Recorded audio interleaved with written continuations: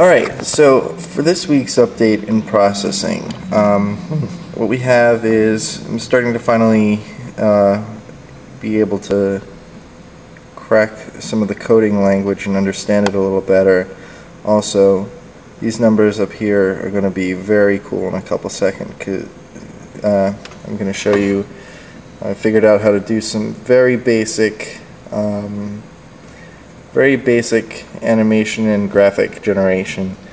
So the background was this other friend that I have. He is going through some one-on-one lessons in this program, and I basically took the program which animated the drawing of a line using coordinates and points.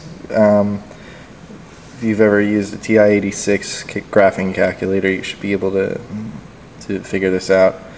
And I added a second line animation to it, and then I started working with changing them from lines to drawing ellipses and adding more points to the ellipse so they would change shape during the course of the generation. So up here, these lines are the variables. These first four lines, so A and B are the XY for the first point, and C and D are the XY for the second point. And basically processing draws a line between those 2 points, and it takes this one right here, this formula, and it adds however many I guess pixels over to the X or Y axis, and that's how it does its animation. This code right here, the zeros, that sets up the background color and the size of the window by pixel dimensions, and this down here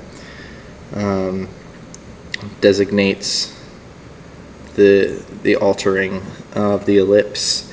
And where you see stroke, although I still haven't been able to really master coloring of objects or of shapes, the stroke is the color of the outline of the ellipse shape, although for some reason the ellipse itself keeps turning out white. Still working on it, but here it is in animation. Zoom out and go. So yeah, and that line is just 1 pixel thick approximately, and if I get closer you can see there is a red line around those ellipses, but it's just very thin so you can't see it, and I haven't been able to figure out how to change the interior fill of the ellipse yet. Also, what happens is, because this is actually a line, it's not a solid wall, technically there are spaces, so that's how these lines, these pattern generations start. And there's a little screen distortion because of the camera, which is, I don't know, see if I can get it again. Might or might not be able to see it.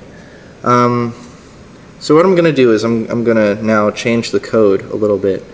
You see that where it says line A, B, C, D, that's where the coordinate points start, and I'm just going to, first of all, I'm going to change the fill color, because it's the way binary code works, or hexadecimal, it's base 2. So 2 times 2 is 4, times 2 is 8, times 2 is 16. So the values go from 0 to 9, and then A to F. So 16 possible values. And the way code is organized for color is by RGB, because that's how color is projected. So this is the red, this is the green, oh, this is the green, and this is the blue. So I'm going to change the line now from red line or yellow line, I'm sorry. Wait, RGB. Yeah. This should change one of the lines to being blue. Because it likes capital letters when you do that. And I'm going to hopefully widen the line significantly during the animation. So adding 20 pixels over for each frame of the motion by 20 pixels for the first X plot. And then I'm going to drop this down, change it to say 90. I was able to figure that out because I had used TI 86 in high school. Without that background, I'd probably still be pretty lost. And we'll just change the ellipse. Let's see what happens when we make the values evenly alter. So I think